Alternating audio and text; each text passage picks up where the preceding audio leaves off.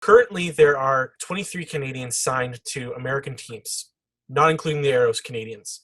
Yep. How do you feel about the Canadian presence in the league and MLR? Because this is the largest we've ever seen. There are still teams like Seattle that has a good little batch of Canadians that are still unnamed yet, and there's still other people that have been teased by other teams. So how do you feel about Canada and its relationship with MLR coming into this season? Look, it's great. The only way you get better is by playing more games at a high level, high reps, lots of games. And we're not going to sign every Canadian player, and not every Canadian player necessarily wants to be in Toronto, which is fine. But I'll say this is amazing for Canadian rugby, that we have young guys who've just come out of Canada U20s, right? Who are being signed by MLR clubs. And they may or may not start, but they're going to be in a high performance environment. They're going to play 16 games of rugby. Before MLR, no one in Canada or United States, unless they played overseas, had ever done anything like this.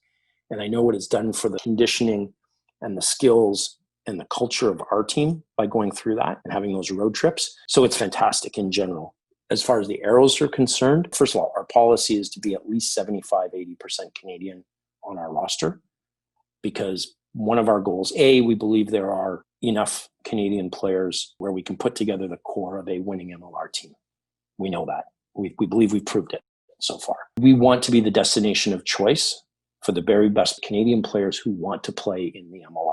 Not everybody does, and some guys get contracts, and that's great. Hopefully one day those guys will return and play for us if they're at the right stage in their career.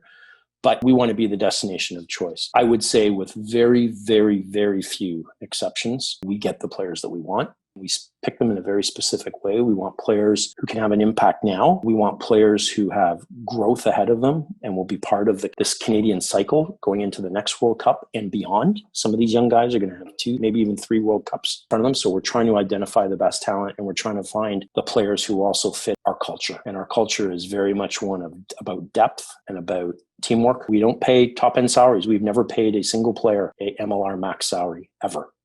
And we probably never will. And we don't think we need to win. We think this game is a game of depth. It's a long slog and a battle, and it's who's the healthiest at the end of the season that's going to win.